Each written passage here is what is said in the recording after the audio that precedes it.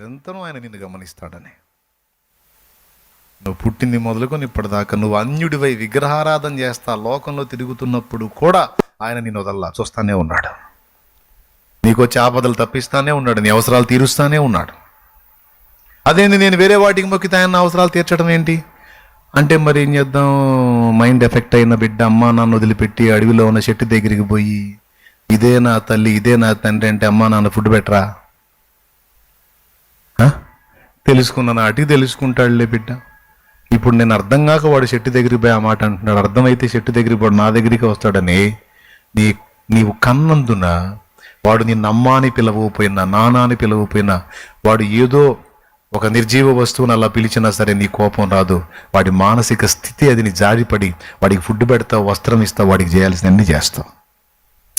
అలాగును నీవు లోకస్తురాలివై ఉండగానే నిజమైన దేవుణ్ణి ఎరుగక నువ్వు అంధకారంలో, నేను అంధకారంలో వ్యర్థమైన వాటికి మొక్కుతున్నప్పుడే, దుర్వ్యసనాల్లో ఉన్నప్పుడే, పాపులుగా ఉన్నప్పుడే ఆయన మనల్ని ఎరుగును.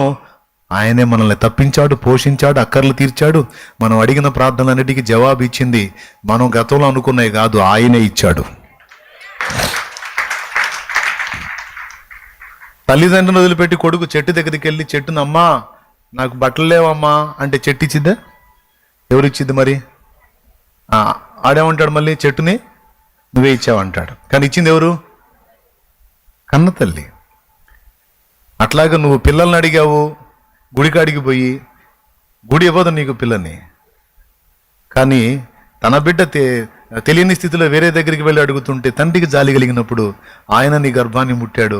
నువ్వు అనుకున్నావు ఆ గుడి ఇచ్చిందని. గుడి కాదు, గుడిలో ఉన్న నిర్జీవ వస్తువు కాదు, నిన్ను సృష్టించిన సృష్టికర్త ఇచ్చాడు నీకు. తెలుసా నీకు? అప్పుడు నీకు తెలియదు, ఏసై తెలియదు. అయినా సరే నువ్వు ఎక్కడెక్కడో తిరిగి అడిగినా కూడా అరే నన్ను గుర్తించలేదే అని కోపాడలేదు. ఎందుకో తెలుసా? నా గురించి నా బిడ్డకి ఎవరు చెప్పారు? మరి తెలియనప్పుడు నా బిడ్డ అంతే నడుస్తారు. చెప్పినా తెలుసుకొని కూడా నడవకపోతే వాని తప్పు. కానీ వాడికి అసలు నా గురించిన వార్తే అందలేదే, సువార్తే అందలేదే. మరి నా బిడ్డలు అజ్ఞానంగానే నడుస్తారు. మరి నేనేం చేయాలి? పర్వాలేదు, పోషిస్తాను.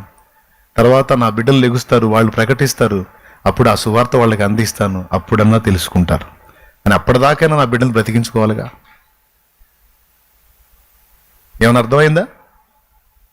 నువ్వు ఇంకా పాపివై ఉండగానే, నేను ఇంకా పాపినై ఉండగానే, మన వేరే వాటికి మొక్కుతుండగానే మనం అనుకున్నాం అక్కడ సాయాలు జరిగినాయి అని. కాదు కాదు కాదు, నిన్ను సృష్టించిన వాడే నిరంతరం నీకు హెల్ప్ చేస్తా వచ్చాడు. 15 ఏళ్ల వయసులో